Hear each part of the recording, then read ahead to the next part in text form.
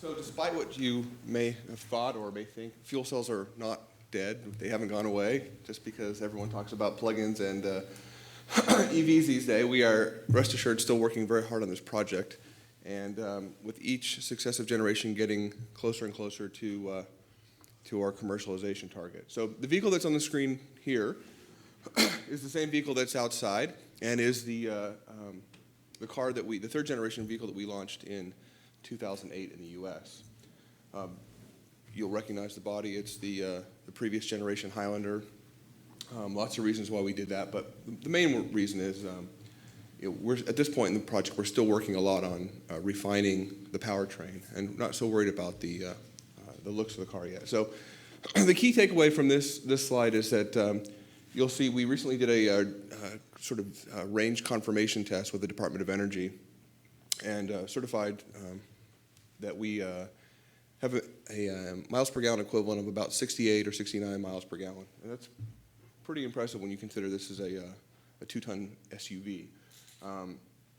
So for the previous generation, we increased the pressure to 10,000 PSI. We expanded the storage capabilities and drastically improved the driving range. Next slide, please. This is the system layout you may be familiar with. We put most of the fuel cell components in what's considered the normal engine room. So we have the PCU, the fuel cell stack, the electric motor in the front of the car. And the rear, we have 4 storage tanks for the 6 kilograms of gas and 1 nickel metal hydride battery that's the same as the first-gen Prius. Next slide, please. This is a little bit of a sum up of kind of where we are with things. On the right side, you'll see 2 areas that we feel actually pretty much reached our targets at this point. High and low temperature operation. We can now operate without any real problems in sub-freezing, minus 30 and below, and Death Valley type warm climates. And cruising range, is at or exceeds gasoline vehicles now. We're in the 350, 400 mile range. On the left side are things that we're still working on and refining to meet our commercialization target. So increasing power density, getting stack durability up a little bit more, and of course the most important part, getting the cost out of the system. Next slide, please. Thanks. A quick wrap up of how we rank compared to our competitors' fuel cells. I believe of all the cars on the market today, we do have the longest range by quite a long shot. And for us, this is a very important feature because the first generation car that we had, we could only do about 120, 130 real world miles on it. And we heard from people time and time again that it was very inconvenient, especially with lack of infrastructure. And we had people who had previously driven our electric vehicle and would tell us often that it was more convenient to drive their EV than to drive the fuel cell. So we heard them loud and clear and have addressed that concern. Next slide, please. Skip this one. Next slide. So a little brief history about the program. We brought the first cars here in 2001 when we joined the California Fuel Cell Partnership, and that was with 2 units. In 2002, at the University of California, Irvine, in conjunction with University of California, Davis as well, we launched the world's first commercial FC program with 5 units. In 2005, we introduced what we call our second generation vehicle, which again was powertrain improvements, efficiency, and durability, and we increased the numbers in operation to 12.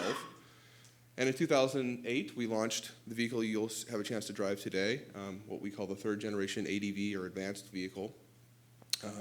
Had a big range improvement, big efficiency improvement, huge ability to start in minus 30 very quickly. And this is not, you shouldn't consider this to be a situation where you turn your ignition on and you wait 5 minutes. You turn your ignition on and 10 seconds later you're good to go.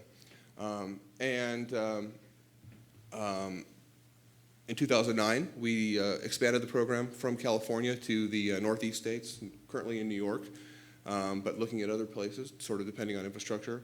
And we increased the units in operation again by an order of magnitude to just over 100 units.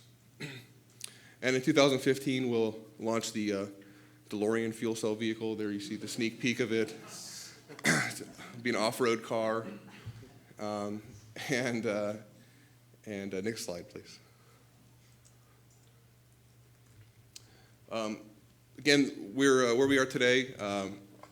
We're in the process of rolling out these 100 units right now. We have maybe 20 or 30 on the ground, and we have a build rate of a few a month, and we'll do that for the next couple of years. The picture on the bottom left here is the new Shell 700 bar station at JFK, where we're operating 10 units currently. And those units are being used by airport personnel to do sort of typical maintenance and airport operations things. They sometimes shuttle between LaGuardia. And we expect to get a large amount of data off these vehicles. They typically drive multiple tens of thousands of miles a year. And much like the plug-in program, we collect data in real time and use it for development purposes. We're going to add some customers in California again, probably some more up in the Bay Area when some new stations come online this year and next. And at our campus in Torrance, in conjunction with Shell, we're building the world's first hydrogen pipeline station.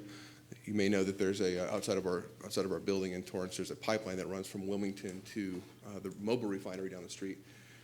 And it has excess capacity to fill 10,000 cars a day at very, very, very cheap hydrogen. You're talking about something on the order of $2 a kilogram. So we're doing this as a proof of concept and going to locate a lot of vehicles there. And I'm sure all the OEMs will use the station. Next slide, please.